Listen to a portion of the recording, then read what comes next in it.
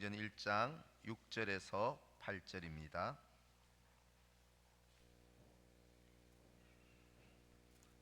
신약성경 187면에 있습니다. 사도행전 1장 6절에서 8절 하나님의 말씀을 제가 봉독하겠습니다. 하나님의 말씀을 들으십시오. 그들이 모였을 때 예수께 여쭈어 이르되 주께서 이스라엘 나라를 회복하심이 이때니까니 이르시되 때와 시기는 아버지께서 자기의 권한에 두셨으니 너희가 알 바 아니요 오직 성령이 너희에게 임하시면 너희가 권능을 받고 예루살렘과 온 유대와 사마리아와 땅끝까지 이르러 내 증인이 되리라 하시니라. 아멘. 이 시간에는 또 한길교회 담임하시는 우리 이정진 목사님께서 예수는 그리스도십니다 라는 제목으로 하나님의 말씀을 증언해 주시겠습니다.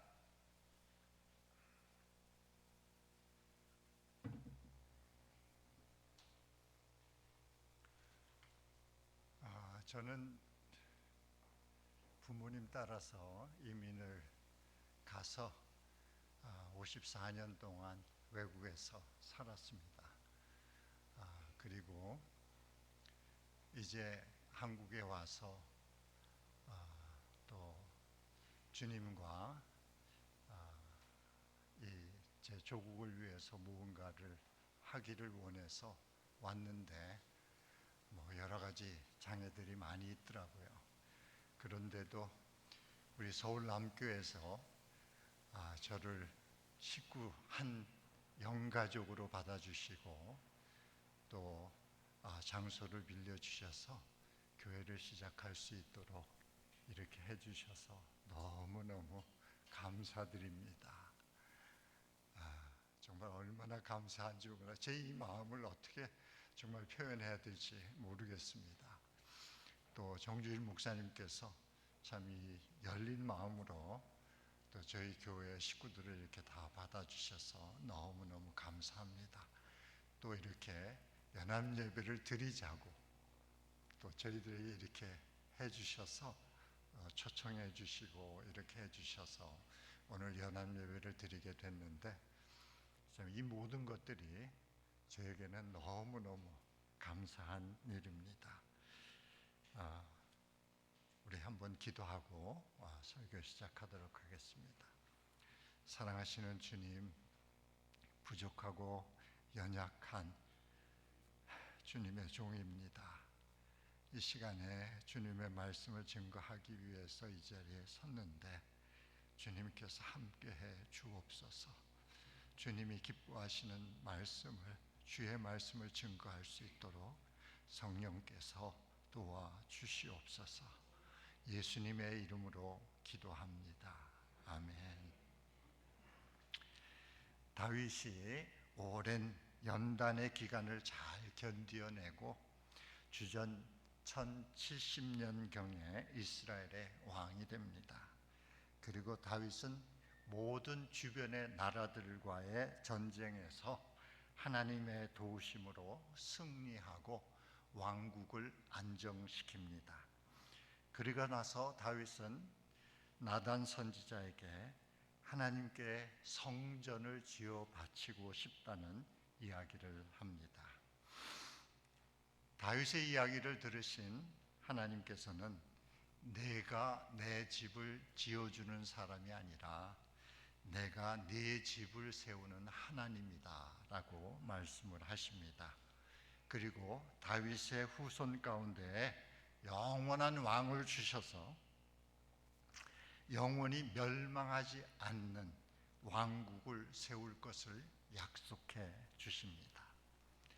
그 후로 300년이 지난 주전 700년경에 이사야 선지자는 다윗의 후손으로 약속된 영원한 왕에 대한 아주 자세한 예언을 합니다. 이사야서 35장 4절에서 6절까지인데요. 우리 천천히 좀 같이 읽도록 하겠습니다. 보라, 너희 하나님이 오사 보복하시며 갚아주실 것이라. 하나님이 오사 너희를 구하시리라 하라. 그때에 맹인의 눈이 밝을 것이며 못 듣는 사람의 귀가 열릴 것이며 그때에 저는 자는 사슴과 같이 뛸 것이며 말 못하는 자의 혀는 노래하리니. 아멘. 이사야가 예언한 후부터 200년이 지난 주전 500년경에 예루살렘 성이 함락되면서 이스라엘 백성은 수십만 명이 바벨론으로 끌려갑니다. 그렇게 정치적으로 고통스러운 상황 속에서 이스라엘의 메시아 사상은 그들을 간절한 소망으로 자라기 시작합니다. 그들은 하나님의 약속에 의해서 70년 만에 고향으로 돌아와서 성전을 건축하지만 계속해서 페르시아 제국, 헬라 제국의 지배를 받으면서 메시아 사상은 그들의 유일한 소망으로 자리를 잡아갑니다. 그리고 헬라 제국의 쇠퇴와 로마 제국의 발흥 사이에 주전 166년부터 약 100년간 잠시 독립을 하지만 주전 63년에 또다시 로마 제국에 정복당하면서 이스라엘의 메시아 사상은 절정에 이르게 됩니다.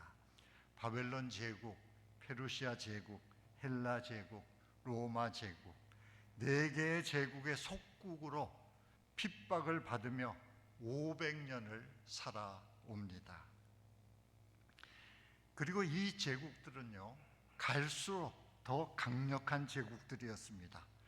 바벨론보다는 페르시아가 더 강한 제국이었고요, 페르시아보다는 헬라가 더 강한 제국이었고요, 로마 제국은 헬라 제국과는 비교가 되지 않을 정도로 강력한 제국이었습니다. 이런 상황에서 이스라엘이 할 수 있는 것은 아무것도 없었습니다. 오직 한 가지 소망이 있었다면 그것은 하나님께서 약속하신 메시아가 오는 것이었습니다. 메시아는 이스라엘에게 유일한 소망이었고 간절한 소망이었습니다. 이런 상황에서 예수님이 오셨습니다. 이사야가 예언한 대로 예수님은 소경의 눈을 뜨게 하셨어요. 그러니 이스라엘 백성들이 예수님에 대한 기대가 얼마나 컸을지는 우리가 쉽게 상상할 수가 있습니다. 그래서 예수님께서는 계속해서 십자가에 달려 죽으신다는 말씀을 하시고 제자들은 계속해서 높은 자리를 차지하려고 싸우고 있었습니다. 우리가 오늘 읽은 본문을 보면은요, 제자들이 주께서 이스라엘 나라를 회복하심이 이때니까 라고 묻습니다. 예수님께서 그 엄청난 고난을 받으시고 십자가에 달려 죽으시고 부활하시고 승천하시기 직전까지 제자들은 이스라엘의 회복이라는 이 정치적인 자유에 대한 기대를 포기하지 못하고 있었던 것을 보게 됩니다. 그것은 곧 그들이 500년 동안 나라 없이 살아오면서 가슴에 맺힌 한이 얼마나 컸는지를 말해주는 것이었습니다. 그것을 예수님께서는 누구보다도 잘 알고 계셨습니다. 그럼에도 불구하고 예수님께서는 이스라엘의 정치적인 회복에 대해서는 단 한마디 말씀도 하지 않으십니다. 그리고 이렇게 말씀을 하십니다. 사도행전 1장 8절 우리 같이 읽도록 하겠습니다. 오직 성령이 너희에게 임하시면 너희가 권능을 받고 예루살렘과 온 유다와 사마리아와 땅 끝까지 이르러 내 증인이 되리라 하시니라. 이 말씀은 사도행전을 여는 열쇠이자 사도행전의 원동력입니다. 성령은 진리의 영인데 진리의 영이 임하자 진리를 알게 되었습니다. 그리스도가 누군지를 정확하게 알게 된 것이에요. 그리스도가 왜 이 땅에 오셨는지, 왜 고난을 받으셨는지, 왜 십자가에 달려 죽으셨는지, 왜 사흘 만에 부활했는지, 그리고 왜 승천하시면서 다시 오시겠다고 약속하는지, 자신들이 보고 들은 모든 역사적인 사실을 통해서 그리스도가 누구인지를 정확하게 알고 나니까 역동적인 능력이 생겼습니다. 그리고 이 복음은 이스라엘의 회복이라는 주제와는 비교할 수 없는 전 인류의 회복이라는 놀랍고 위대한 일이라는 것을 알게 되었습니다. 이 모든 사건을 한마디로 말하면 진리를 정확하게 알고 나니까 역동적인 능력이 생겼고, 그래서 그들은 목숨을 걸고 예수의 증인이 되었습니다. 사도들은 예수님의 말씀대로 성령을 받고 능력을 얻어서 어디를 가든지 예수가 그리스도라는 사실을 선포하였습니다. 사도행전을 보면 제자들이 성령으로 충만해서 예수가 그리스도라는 사실을 담대하게 선포하였고, 예수가 그리스도라는 사실을 담대하게 선포하면서 성령으로 충만해졌다는 것을 알 수가 있습니다. 사도행전은 예수가 그리스도라는 사실을 선포한 제자들의 이야기입니다. 오순절에 성령이 임하신 것을 보고 모여든 모든 사람들을 향해서 베드로가 예수가 그리스도라고 담대하게 선포하자 많은 사람들이 예수를 믿고 세례를 받습니다. 사도들이 교회 안에서 예수가 그리스도라는 사실을 선포하자 놀라운 일과 표징들이 많이 일어나고, 사람들의 마음속에 두려운 마음이 생기고, 재산을 팔아서 가난한 사람들에게 나누어 주고, 그래서 예배와 교제가 풍성해지고 사람들 가운데 기쁨과 생명력이 넘쳐납니다. 베드로가 성전 미문에 앉아있는 안진뱅이에게 예수가 그리스도라고 선포하자 안진뱅이가 일어나서 걷게 되었어요.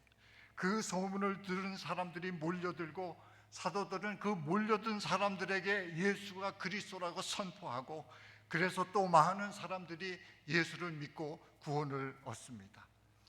예루살렘이 이 일로 소란해지자 종교 지도자들이 사도들을 잡아가서 경고를 하지만, 사도들은 그들 앞에서도 담대하게 예수가 그리스도라고 선포합니다. 종교 지도자들은 힘으로 사도들을 제압하려고 하지만, 사도들은 핍박을 받을수록 더욱 힘을 얻어서 예수가 그리스도라고 담대하게 선포합니다.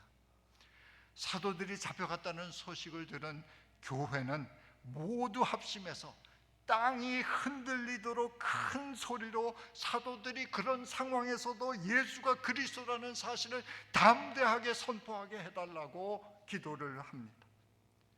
헬라파 유대인들과 히브리파 유대인들 사이에 구제하는 일로 문제가 생기자 교회는 7 집사를 뽑아서 그 일을 해결하도록 했습니다. 그렇게 뽑힌 7 집사가 구제하는 일을 잘 했다는 이야기는 사도행전 어디에서도 찾아볼 수가 없습니다. 예루살렘 교회에 큰 핍박이 와서 2만 명이나 되는 성도들이 다 흩어졌기 때문에 교회 안에 행정할 일이 없어졌기 때문입니다. 스데반 집사는 예수가 그리스도라는 이 사실을 선포하다가 돌에 맞아 죽었고요. 빌립 집사는 유대와 사마리아를 돌아다니면서 예수가 그리스도라고 선포합니다. 핍박으로 흩어진 모든 성도들은 가는 곳마다 예수가 그리스도라고 선포하고 다녔고, 그래서 가는 곳마다 복음의 역사가 일어나고 교회가 세워졌습니다. 사울은 예수를 믿는 사람을 핍박하는 사람이었습니다. 그는 예수 믿는 사람을 핍박하기 위해서 다메섹으로 가고 있었습니다. 그런데 갑자기 햇빛보다도 더 밝은 빛이 비추면서 눈을 뜰 수 없는 상황에서 땅바닥에 엎드렸는데, 사울아 사울아 내가 왜 나를 핍박하느냐 라는 음성을 듣습니다. 주님 누구십니까? 하고 물었더니 내가 핍박하는 예수다 라고 말씀하시는 음성을 들었습니다. 그 사건으로 인하여 바울은 자기가 이제까지 핍박했던 예수가 성경이 말씀하고 있는 그리스도라는 사실을 알게 됩니다. 그 사건 이후로 사울은 예수가 그리스도라는 사실을 선포하는 일에 자기의 남은 인생을 송두리째 쏟아 던집니다. 사울은 바울로 이름을 바꾸고 안디옥에 가서 예수가 그리스도라고 선포하고 가르칩니다.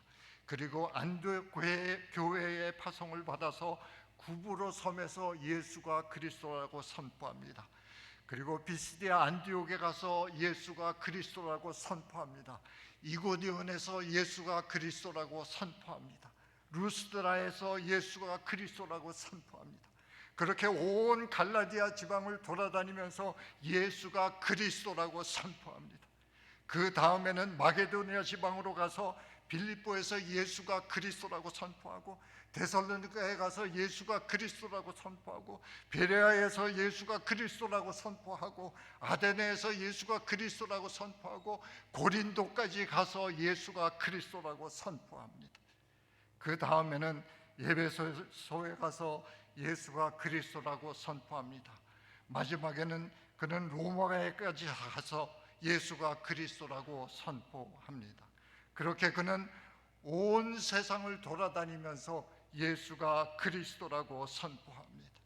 그는 유대인의 회당에서도 예수가 그리스도라고 선포하고, 이방인의 길에서도 예수가 그리스도라고 선포하고, 감옥에서 매를 맞으면서도 예수가 그리스도라고 선포하고, 길거리에서 돌에 맞으면서도 예수가 그리스도라고 선포하고, 재판정에서 재판을 받으면서도 예수가 그리스도라고 선포하고, 배가 풍랑을 만나서 모두가 다 죽게 된 상황에서도 예수가 그리스도라고 선포합니다.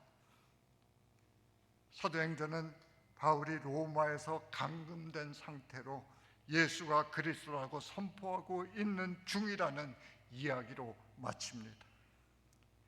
그리고 2000년이라는 세월이 지났습니다. 그때와는 환경이 많이 바뀌었다고 하지만 교회가 근본적으로 해야 될 일은 그때나 지금이나 변하지 않아야 합니다. 교회가 해야 하는 일은 오직 생명을 다해서 예수가 그리스도이심을 선포하는 일입니다. 그러나 요즘 교회가 그렇게 온 힘을 다해서 세상을 향하여 예수가 그리스도라는 사실을 선포하는 것 같지 않습니다. 목사님들은 목회는 열심히 하는데 생명을 걸고 예수가 그리스도라는 사실을 선포하는 것 같지 않습니다. 장로님들은 교회 일은 열심히 하는데 온 마음을 다해 예수가 그리스도라는 사실을 선포하는 것 같지 않습니다. 집사님들은 교회는 열심히 나오는데 온 입을 다해 예수가 그리스도이심을 선포하는 것 같지 않습니다. 사도행전에 나오는 예루살렘 교회 성도들은 예수가 그리스도라는 사실에 목숨을 건 사람들이었습니다. 왜 이렇게 다릅니까? 그 이유를 근본부터 한번 살펴보기를 원합니다. 예수가 그리스도라는 말은 무엇을 의미합니까? 그리스도란 구원자라는 뜻입니다. 예수가 바로 하나님께서 보내신 구원자라고 선포한 것입니다. 무엇으로부터 구원입니까? 하나님의 진노로부터 구원입니다. 하나님께서 자신의 형상으로 사람을 창조하시고 그 사람에게 일을 주셨습니다. 생육하고 번성하라, 땅에 충만하라, 땅을 정복하라, 땅에 움직이는 모든 생물을 다스리라. 그리고 사람에게 먹거리를 주셨습니다. 온 지면에 씨 맺는 모든 채소와 씨 가진 열매 만든 모든 나무를 너희에게 주노니 너희의 먹을 거리가 되리라. 그리고 사람에게 한 가지 제한을 두셨습니다. 선악을 알게 하는 나무의 열매는 먹지 말아라. 내가 먹는 날에는 반드시 죽으리라. 이 한 가지 제한은 하나님의 권위에 도전하지 말라는 것이었습니다. 이것은 사탄이 사람을 유혹하여 그 선악을 알게 하는 나무의 열매를 먹게 하는 그 과정을 보면 알 수 있습니다.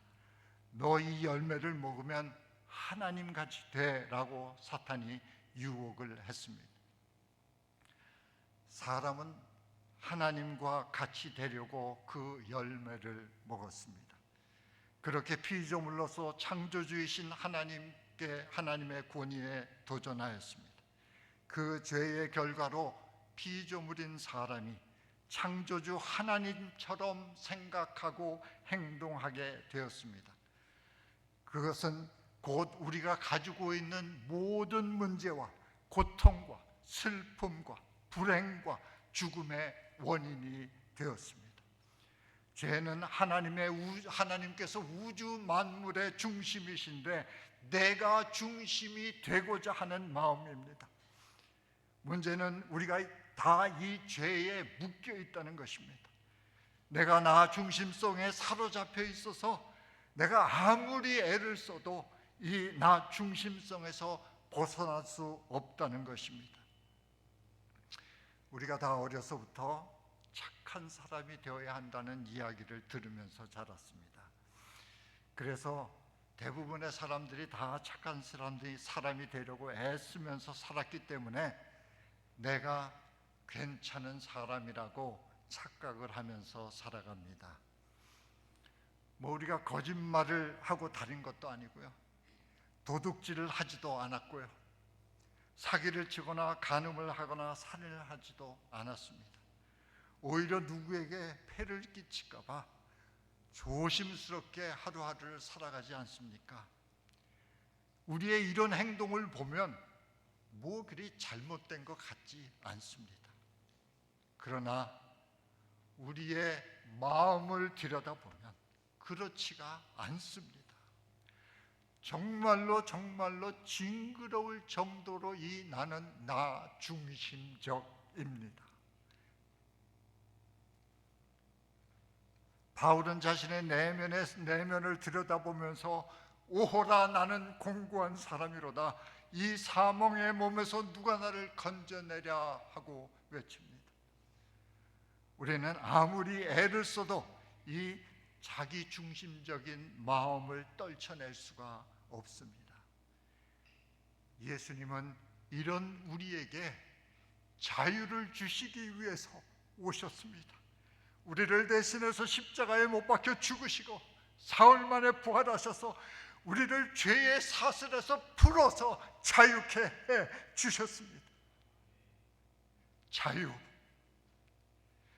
나 중심성이라는 이 죄로부터의 자유입니다. 이 자유는 내면에 이루어진 자유이기 때문에 외부에서 오는 힘이 통제하거나 억압할 수 없는 자유입니다. 마태복음 5장 41절 예수님께서 이렇게 말씀하십니다. 같이 읽겠습니다. 또 누구든지 너로 억지로 오리를 가거라 하거든 그 사람과 심리를 이 내면의 자유를 누리는 사람은요, 억지로 오리를 가고자 하는 사람과 함께 기쁘게 심리를 동행할 수 있습니다.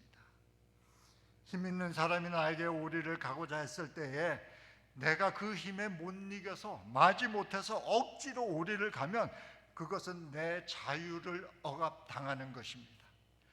그러나 힘 있는 사람이 나에게 오리를 가고자 했을 때에 내가 예수 그리스도의 상주심을 바라보고 기쁨으로 심리를 가면 그것은 나의 의지로 한 것입니다. 이 자유는 내가 내 인생의 주인이 되었을 때는 결코 내가 누릴 수 없었던 자유입니다. 그러나 예수 그리스도께서 내 인생의 주인이 되시기 때문에 내가 지금 누릴 수 있는 자유입니다. 그러므로 이 자유는요, 내가 예수 그리스도께 순종할수록 커지는 자유예요.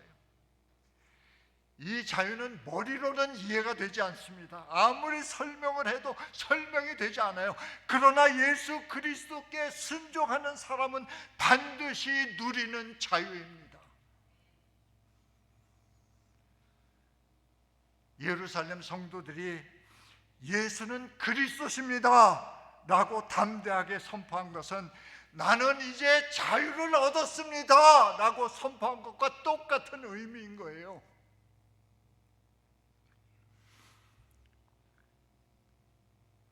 로마 제국의 힘으로 억압할 수 없는 자유를 얻었기 때문입니다. 예수 그리스도 안에서 내면의 자유를 얻었기 때문입니다. 그렇게 로마 제국으로부터 독립을 갈망했던 제자들은 복음을 통해서 이 내면의 자유를 얻고 나서는요, 로마 제국으로부터 독립하는 일은 더 이상 그들의 관심사가 되지 못했습니다.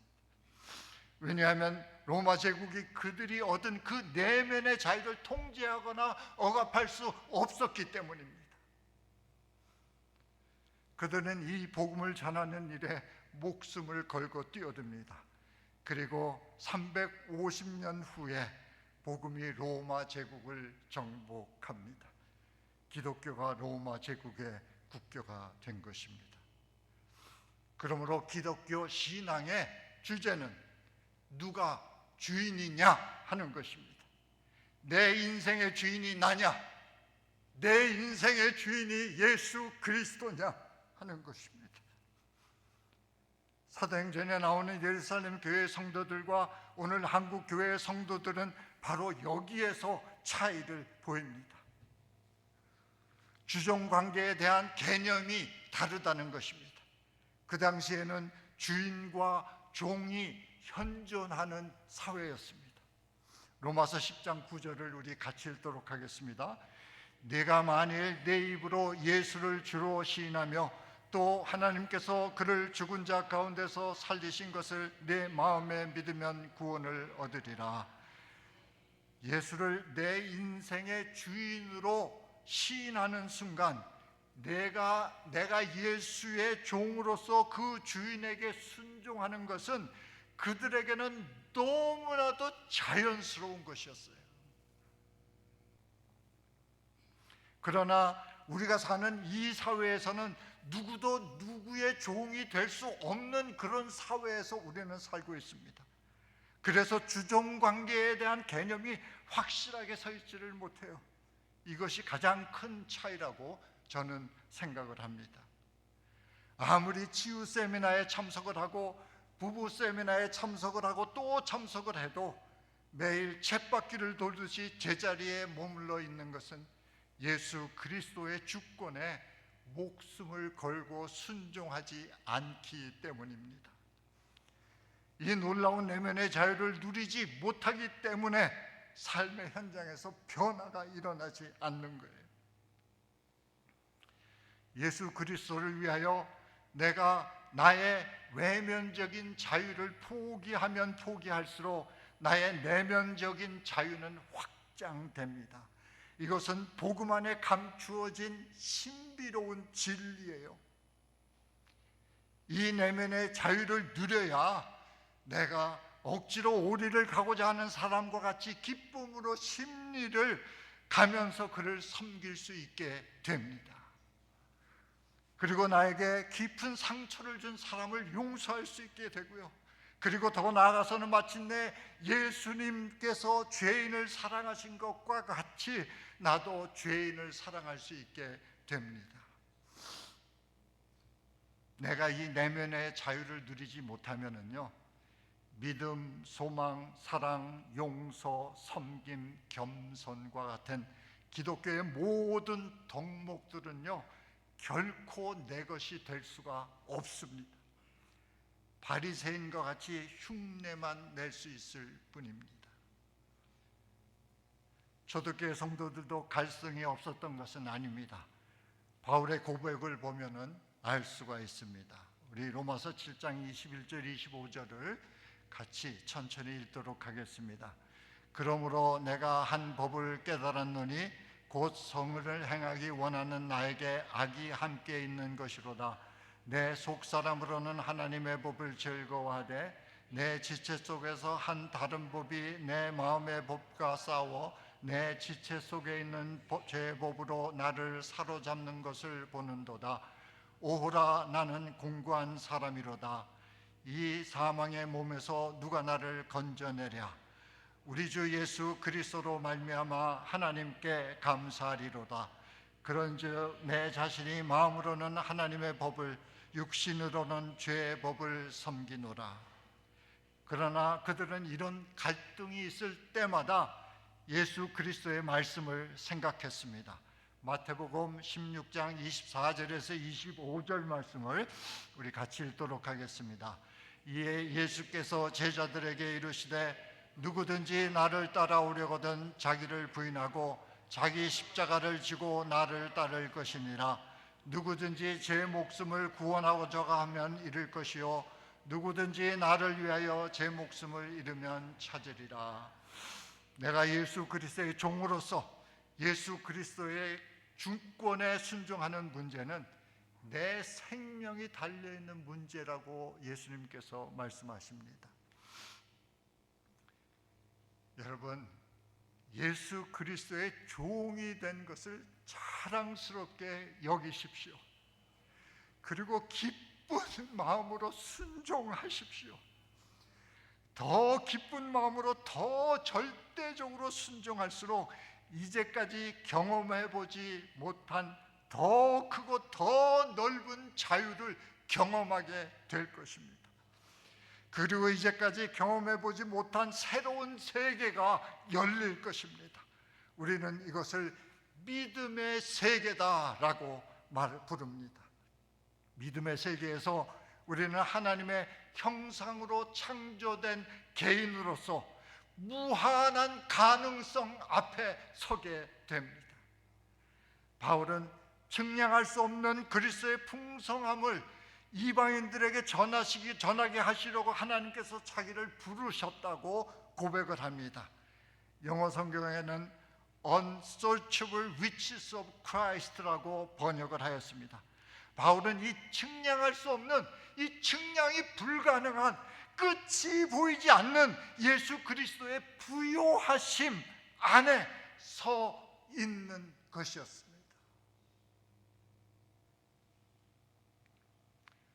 그래서 바울은 하루도 예수가 그리스도라고 선포하지 않고는 견딜 수 없는 그런 인생을 살아간 거예요. 초대교회 성도들이 함께 불렀던 찬송가 가사를 우리 함께 천천히 뜻을 생각하시면서 읽으면서 설교를 마치도록 하겠습니다. 너희 안에 이 마음을 품으라. 곧 그리스도 예수의 마음이니 그는 근본 하나님의 본체이시나 하나님과 동등됨을 취할 것으로 여기지 아니하시고 오히려 자기를 비워 종의 형체를 가지사 사람들과 같이 되셨고 사람의 모양으로 나타나사 자기를 낮추시고 죽기까지 복종하셨으니 곧 십자가에 죽으심이라. 이러므로 하나님이 그를 지극히 높여 모든 이름 위에 뛰어난 이름을 주사 하늘에 있는 자들과 땅에 있는 자들과 땅 아래에 있는 자들로 모든 무릎을 예수의 이름 앞에 꿇게 하시고 모든 입으로 예수 그리스도를 주라 시인하여 하나님 아버지께 영광을 돌리게 하셨느니라. 아멘. 기도하시겠습니다. 사랑하시는 아버지 하나님, 하나밖에 없는 아들을 보내주셔서 죄에 묶여서 어쩔 줄 몰라 하는 저희들을 자유케 하셨습니다. 우리가 이 은혜에 보답할 수 있는 길은 마음껏 이 자유를 누리는 것이라고 생각을 합니다. 하나님, 우리가 진정 주님께서 주신 그 자유를 누리며 살 수 있도록 성령께서 도와주시옵소서. 그래서 이웃을 자연스럽게 기쁨으로 섬길 수 있는 저희들 될 수 있도록 도와주시고 우리들 마음껏 사랑해도 무리가 되지 않는 그런 사랑을 할 수 있도록 은혜를 베풀어 주옵소서. 예수님의 이름으로 기도합니다. 아멘.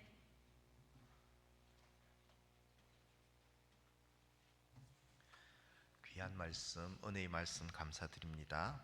시간 찬송가 321장 부르시면서 여러분들이 드린 헌금을 하나님께 봉헌하도록 하겠습니다.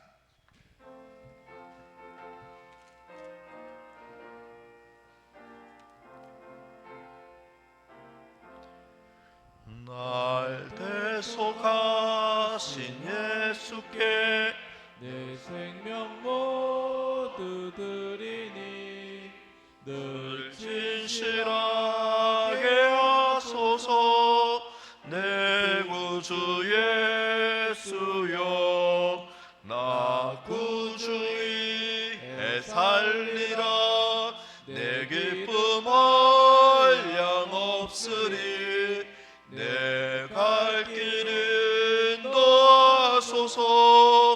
내 구주 예수여, 날 구원하신 예수를 일평생 의지하오니 날 영접하여 주소서. 내 구주 예수여, 나 구주 위에 살리라. 내 기쁨 한량없으리. 내 갈 길 인도하소서. 내 구주 예수여, 주 십자가에 달리사 날 자유하게 했으니 내 몸과 마음을 주 위에 다 쓰게 하소서. 나 구주 위에 살리라. 내 기쁨 한량없으리. 내 갈 길 인도하소서. 내 구주 예수여. 아멘. 기도하겠습니다. 하나님 아버지, 오늘도 귀하고 복된 날 서울남교회 한길교회 성도들 함께 모여 하나님을 예배함이 기쁨이 됨을 감사를 드립니다. 오늘 주신 말씀을 마음에 굳게 새기고 앉으나 누우나 일어서나 일하나 우리의 입술과 삶으로 예수는 그리스도이심을 전파하며 그 신앙 고백으로 살아갈 수 있도록 은혜 내려 주옵소서. 주님께서 주신 모든 은혜에 감사하며 소득의 11조와 주일헌금과 성경금 감사 예물을 하나님께 올려드립니다. 하나님 감사합니다. 또한 장소 사용을 1년 동안 허락하여 주신 하나님 감사합니다. 감사합니다. 이렇게 감사 예물을 드린 모든 성도들의 손길을 기억하시고 하늘에서 잘된 같이 땅에서도 잘되고 복을 누리는 삶이 되게 도와주옵소서. 이 모든 것 우리 구주 예수님의 이름으로 감사하며 기도하옵나이다. 아멘. 이정진 목사님 나오셔서 축도해 주시겠습니다. 이제는 우리 주 예수 그리스도의 그 귀하신 은혜와 하나님 아버지의 극진하신 사랑과 성령님의 감화 감동하시고 교통하심이 이 아침에 주님 앞에 나와서 신령과 진정으로 예배드리고 돌아가는 당신의 사랑하는 백성들 머리머리 위에 영원토록 함께 하시기를 우리 주 예수 그리스도의 이름으로 간절히 축원하옵나이다. 아멘.